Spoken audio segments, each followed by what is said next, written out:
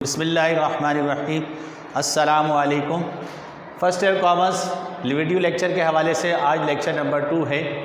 Chapter 7 चल रहा है जो हमने शुरू किया, scale of production and laws of return. List the advantages and disadvantages of large scale production. कल हमने जो है यानी पिछले लेक्चर में लेक्चर 1 में हमने जो है वो advantages and disadvantages of small scale production, इससे पहले हमने इसको स्केल ऑफ प्रोडक्शन पढ़ा था, पैदावारी गुंजाइश, पैदावारी हजम। आज इसके जो काइंड्स थी दो, स्मॉल स्केल, लार्ज स्केल, ये भी पढ़ा था। और इसके बाद जो इसके स्मॉल स्केल वाला जो एक सेक्शन था उसके एडवांटेजेस एंड डिसएडवांटेजेस हमने पढ़े थे। आज हम लार्ज स्केल प्रोडक्शन के एडवांटेजेस और डिसएडवांटेजेस देख रहे हैं। तो सबसे पहले आते हैं हम एडवांटेजेस की तरफ। तो जो है advantages of large scale production, बड़े पैमाने पर काम करने के बहुत से फ़वाइद हैं, जिसमें पहला है benefit from division of labour. तो बड़े पैमाने पर जो है चूँकि लेबर ज़्यादा है, पैसा ज़्यादा है, तो हम लेबर को डिवाइड कर सकते हैं। डिवीज़न ऑफ लेबर से मुराद ये कि लेबर को काटना नहीं है, बल्कि लेबर के जो वर्क है, वर्क की हम डिवीज़न करके, उसके सब डिवीज़न करके उस एक लेबर को एक वर्क हम दे दें। उससे क्या फ़ायदा होगा? जब लेबर एक ही काम करेगी, एक काम को बार बार करने से उसमें एक्सपर्ट हो जाएगी, उससे जो है काम की क्वालिटी इंक्रीज़ होगी और उससे जो उसकी स्पीड इंक्रीज़ होगी, यानी प्रोडक्शन की क्वांटिटी इंक्रीज़ होगी, जिससे फर्म को एक ज़बरदस्त किस्म का बेनिफिट यानी फ़ायदा होगा। स्मॉल स्केल में ये एडवांटेज नहीं है। Second, labour cost saving. जब लेबर बड़े पैमाने पर प्रोडक्शन करती है तो उसकी प्रोडक्शन डिवीज़न ऑफ लेबर से प्रोडक्शन ज़्यादा होती है, कॉस्ट ऑफ प्रोडक्शन कम हो जाती है। इसके साथ साथ जो है बड़े पैमाने पर जो रॉ मटेरियल अवेलेबल होता है, इसलिए लेबर को जो है वेट नहीं करना पड़ता कि मटेरियल आए तो हम प्रोडक्शन करें।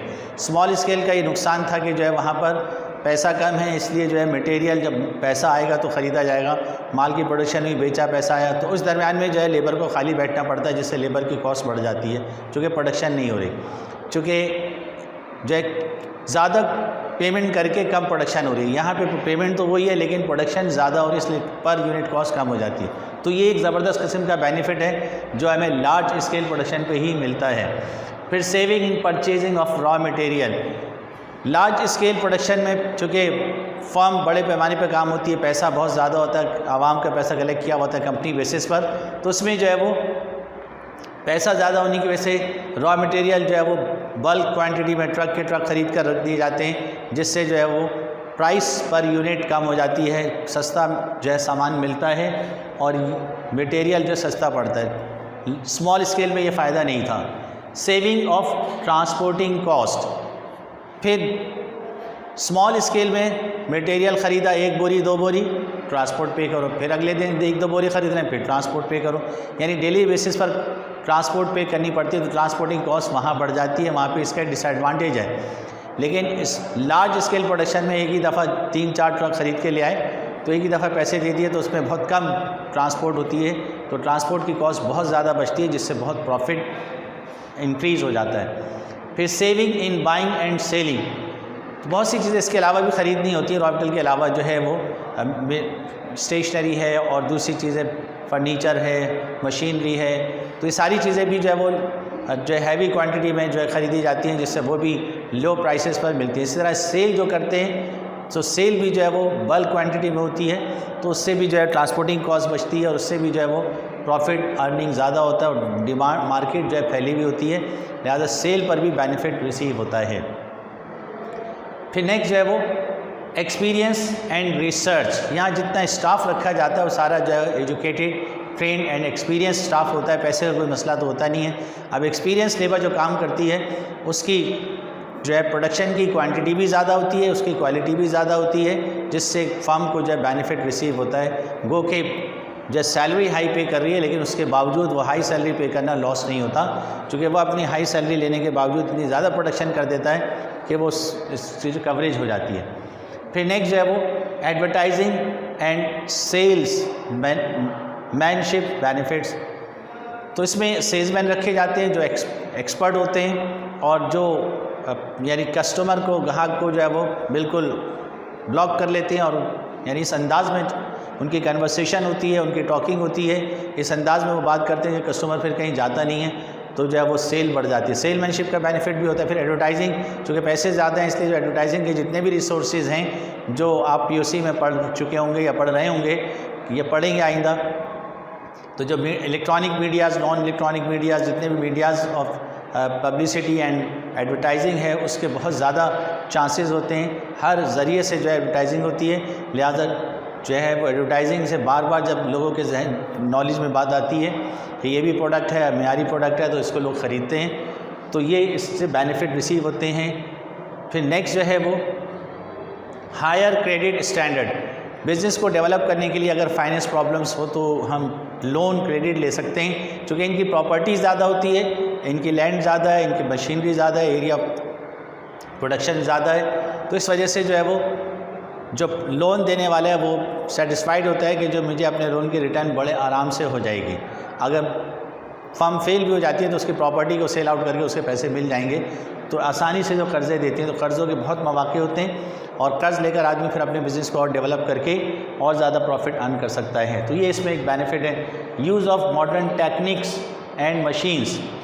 नई नई आने वाली जो मशीनरीज़ हैं, टेक्नोलॉजी है, ये नई पुरानी टेक्नोलॉजी को निकाल कर नई टेक्नोलॉजी को इंस्टॉल कर सकते हैं लार्ज स्केल प्रोडक्शन में। चूँकि पैसे का कोई प्रॉब्लम नहीं होता, पैसा बहुत ज़्यादा होता है, तो न्यू टेक्नोलॉजी से, न्यू टेक्निक से जो है वो प्रोडक्शन और ज़्यादा स्टैंडर्ड होती है और ज़्यादा जो है वो क्वांटिटी प्रोड्यूस करती है, जिससे जो है वो कॉस्ट कम और प्रॉफिट ज़्यादा होता है। ये भी ज़बरदस्त किस्म का बेनिफिट रिसीव होता है। Government subsidies. अब चूँकि ये फर्म्स जो हैं हाई लेवल पे प्रोडक्शन करके न सिर्फ जो है वो कंट्री रिक्वायरमेंट को पूरा कर रही होती है, बल्कि कंट्री से बाहर आउटसाइड भी एक्सपोर्ट्स भी करते हैं, और एक्सपोर्ट करने पर जो है वो फॉरेन एक्सचेंज मिलता है, और गवर्नमेंट जो है फॉरेन एक्सचेंज अर्न करने में बहुत ज़्यादा इंटरेस्टेड होती है, क्योंकि जब जितने फॉरेन स्टॉक और फॉरेन जो है एक्सचेंज स्टॉक जो है वो इंक्रीज़ करेंगे, उतना जो है वो गवर्नमेंट जो ज़्यादा स्टेबल समझी जाती है। तो इस लिहाज से गवर्नमेंट फिर ऐसी फर्म्स को जो एक्सपोर्ट्स कर रहे होते हैं और एक्सपोर्ट्स करके जो है वो अपने फॉरेन एक्सचेंज को बढ़ा रहे होते हैं, कंट्री फॉरेन एक्सचेंज रिसोर्सेज को, उसके स्टॉक को, तो उसमें गवर्नमेंट जब इनको सब्सिडीज़ देती है ताकि मज़ीद ये प्रोडक्शन करके, यानी कुछ छूट अलाउंसेस देती है, जिससे कॉस्ट ऑफ प्रोडक्शन और कम हो जाती है और जिससे जो एक्सपोर्ट्स और बढ़ती हैं, और गवर्नमेंट के जो reserve of stock exchange, reserve of stock money वो और यानी फॉरेन मनी और बढ़ जाती है। तो ये बेनिफिट इसमें गवर्नमेंट से जो है वो सहूलियात रिसीव होती हैं। फिर नेक्स्ट जो है formation of trade union. Labour और एंटरप्रेन्योर के दरमियान जो लिंक क्रिएट करना है वो ट्रेड यूनियन करती है।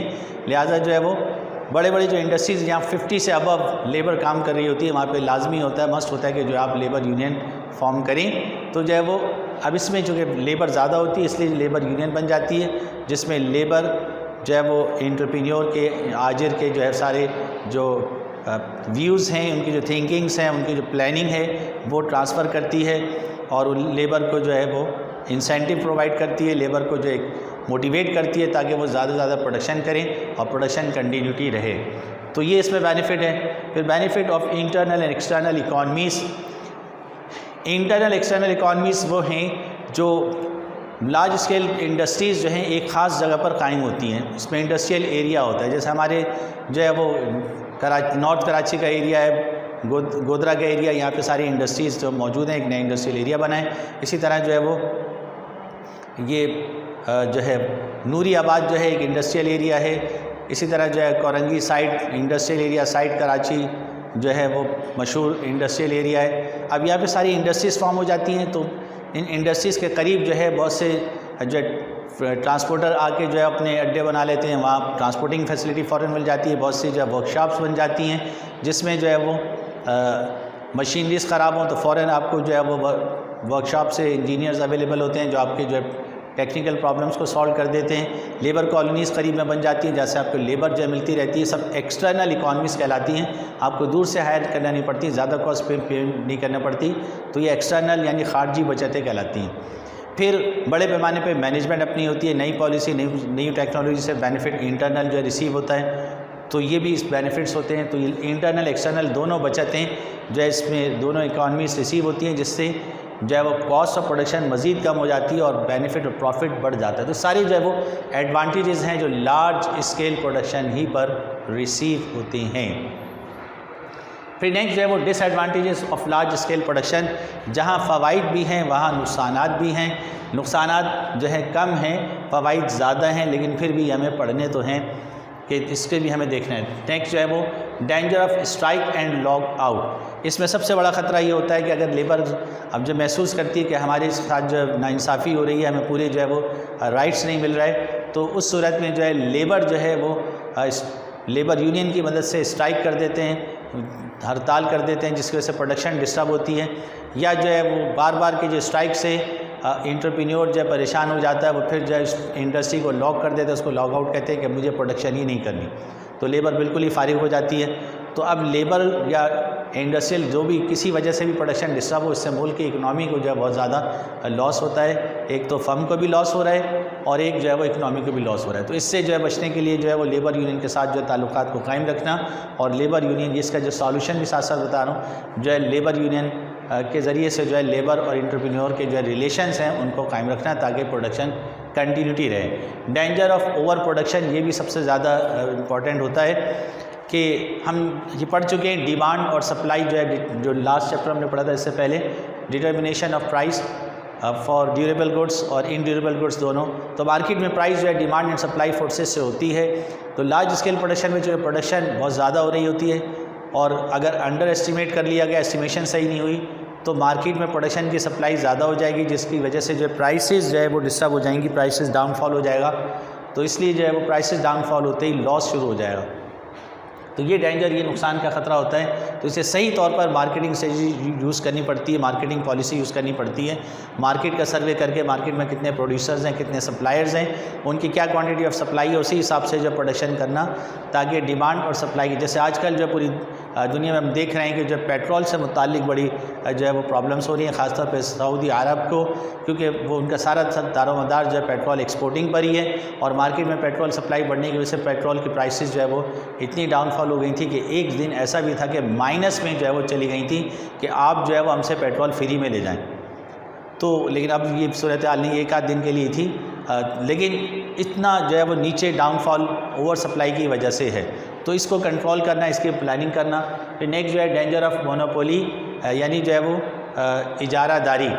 जैसे हमारे कई इलेक्ट्रिक जो है वही इलेक्ट्रिसिटी सप्लाई करती है, इसके अलावा और कोई नहीं है, लिहाजा उनकी मोनोपोली है। वो जो है वो जिस कंज्यूमर से चाहें जितनी प्राइस लें।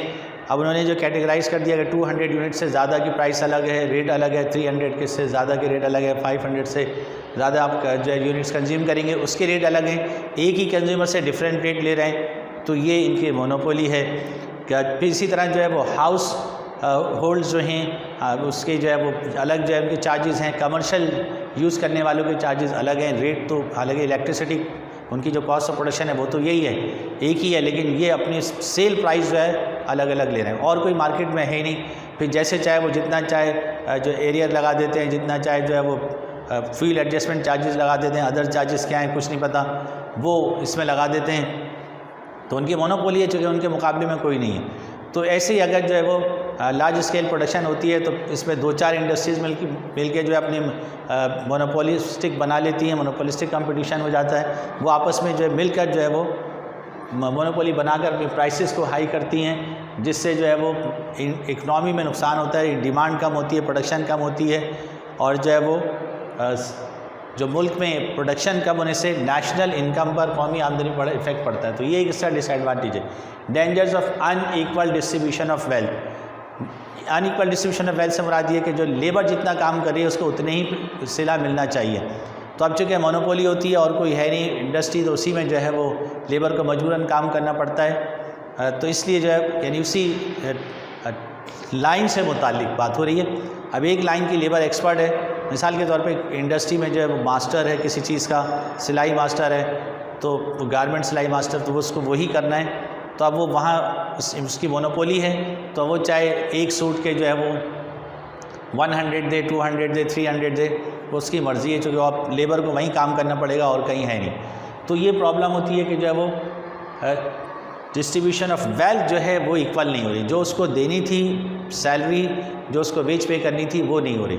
नतीजतन जो है वो मार्केट में जो है परचेजिंग पावर कम हो जाएगी, डिमांड कम हो जाएगी, प्रोडक्शन कम होगी और इकनॉमी डिस्टर्ब होगी, नेशनल इनकम कम होगी। तो ये इसका डेंजर है। फिर चांसेस ऑफ एक्सीडेंट्स, जितनी ज़्यादा जो है वो बड़े पैमाने पर काम होता है उतना ही जो है वो मशीनरीज़ यूज़ होती हैं और मशीनरीज़ में जो है वो हादसात के चांसेस बहुत ज़्यादा हैं, जिससे जो है वो लेबर की जो जान भी ज़ाया हो सकती है और लेबर के दोनों हाथ भी ज़ाया हो सकते हैं या जो और भी नुकसान हो सकते हैं। तो इसमें चांसेस ऑफ एक्सीडेंट बहुत ज़्यादा हैं। फिर ये इसका नुकसान है लैक ऑफ प्रॉपर अटेंशन, जो एंटरप्रेन्योर को हर सेक्शन पे जब तवज्जो देनी थी वो तवज्जो नहीं दिल पाती, क्योंकि काम बड़े पैमाने पर है, बहुत सारे सेक्शन को देखना है। स्मॉल स्केल पर जो है वो पूरे प्रॉपर अटेंशन होती है, बिज़नेस पर, मार्केटिंग पर, लेबर पर, सारी चीज़ों पर जो प्रॉपर अटेंशन होती है, लेकिन लार्ज स्केल प्रोडक्शन पर जो है वो इतना ज़्यादा अटेंशन हो नहीं पाती, जो इसका नुकसान बन के सामने आता है। सोशल इवेल्स, माशरती बुराइयाँ जन्म लेती हैं। जब बहुत सी लेबर इकट्ठी होती है तो लेबर में मुख्तलिफ़ किस्म की जो अच्छाइयाँ भी होती हैं, ख़ामियाँ भी होती हैं, बुराइयाँ भी होती हैं। कोई ड्रिंक करने वाला और भी लेबर आ जाती है। तो अब इसमें क्या होता है कि इंसान के अंदर नेचर ये है कुदरती तौर पर कि इंसान जो है बुराई की जानिब ज़्यादा माइल होता है बनिस्बत अच्छाई के लिए बड़ी मेहनत करनी पड़ती है। बहुत ज़्यादा मेहनत करने के बाद जो है वो किसी एक लेबर थोड़ा सा जो है वो अच्छाई की तरफ आती है, लेकिन बुराई जो है वो बड़ी तेज़ी से फैलती है। बुराई में कशिश है बहुत ज़्यादा, नुकसान बहुत ज़्यादा है। तो अब ये इस तरह जब लेबर सारी इकट्ठी होती है तो एक दूसरे को देख कर जो सिगरेट पीना शुरू हो जाती है या और चीज़ें जो शुरू हो जाती हैं, ड्रिंकिंग शुरू हो जाती है, जिससे माशरती बुराइयाँ जो है वो फैलती हैं। ये भी इसका बहुत बड़ा नुकसान है। एवेज ऑफ एडवर्टाइजमेंट, एडवर्टाइजमेंट का गलत, इश्तिहारकारी का गलत इस्तेमाल होता है कि इश्तिहारकारी के ज़रिए से जो है वो जो ऐसी चीज़ें बताई जाती हैं जो है वो ऐसे अल्फाज इस्तेमाल किए जाते हैं। मिसाल के तौर पे अगर आपने इस चीज़ को इस्तेमाल नहीं किया तो आप दुनिया के यानी आप अपने आप को बदकिस्मत समझेंगे, आप महरूम हो जाएंगे, आप फलां चीज़ हो जाएंगे। तो इस अंदाज़ में जो बात की जाती है जो तो लेने वाला कहता है कि इसको देखा तो जाए, उसको इस्तेमाल करके लेना पड़ता है, चाहे उसकी क्वालिटी उस लेवल की हो या ना हो जो उसमें बताई जा रही है। लेकिन एडवर्टाइजिंग के ज़रिए से जो है लोगों को बेवकूफ़ बनाया जाता है और पब्लिसिटी के ज़रिए से। तो ये जो है वो इसका सबसे बड़ा नुकसान है।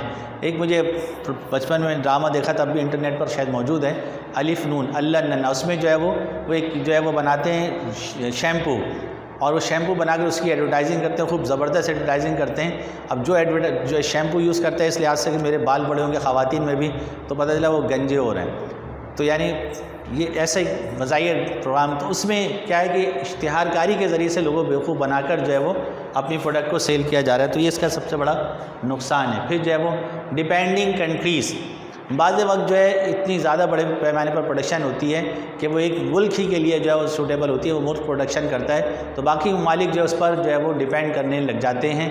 तो ये भी इसका एक सबसे बड़ा नुकसान है। अगर उस मुल्क ने जो है ज़रा सा आगे पीछे किया तो आपका सारा काम ठप हो जाता है, ये बड़ा नुकसान है। फिर जो एवेज ऑफ लेबर यूनियन, तो बाज़ वक्त लेबर यूनियन भी जो है बजाय जो एडवर्स हो जाती है एंटरप्रेन्योर के, और पूरी लेबर जो स्ट्राइक कर देती है कि हमारे जो है मुतालबात माने जाएँ, हमारी जो है सैलरी बढ़ाई जाए, हमारी वेजेस हमें बोनस दिए जाएँ, इस किस्म के जो है वो या बोनस को बढ़ाया जाए। वह जब तक हमारे बोनस नहीं बढ़ेंगे हम काम नहीं करेंगे, बोनस नहीं मिलेगा काम नहीं करेंगे, सैलरी नहीं बढ़ेगी काम नहीं करेंगे।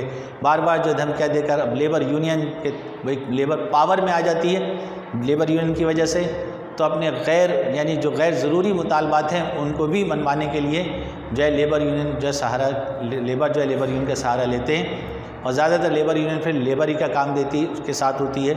तो इस लिहाज से जो प्रोडक्शन डिस्टर्ब होती है, तो ये भी इसका जो है वो नुकसान बन के सामने आता है। तो ये सारे जो एडवांटेजेस एंड डिसएडवांटेजेस हैं, इंशाल्लाह बकिया जो है आइंदा लेक्चर में। अस्सलाम वालेकुम।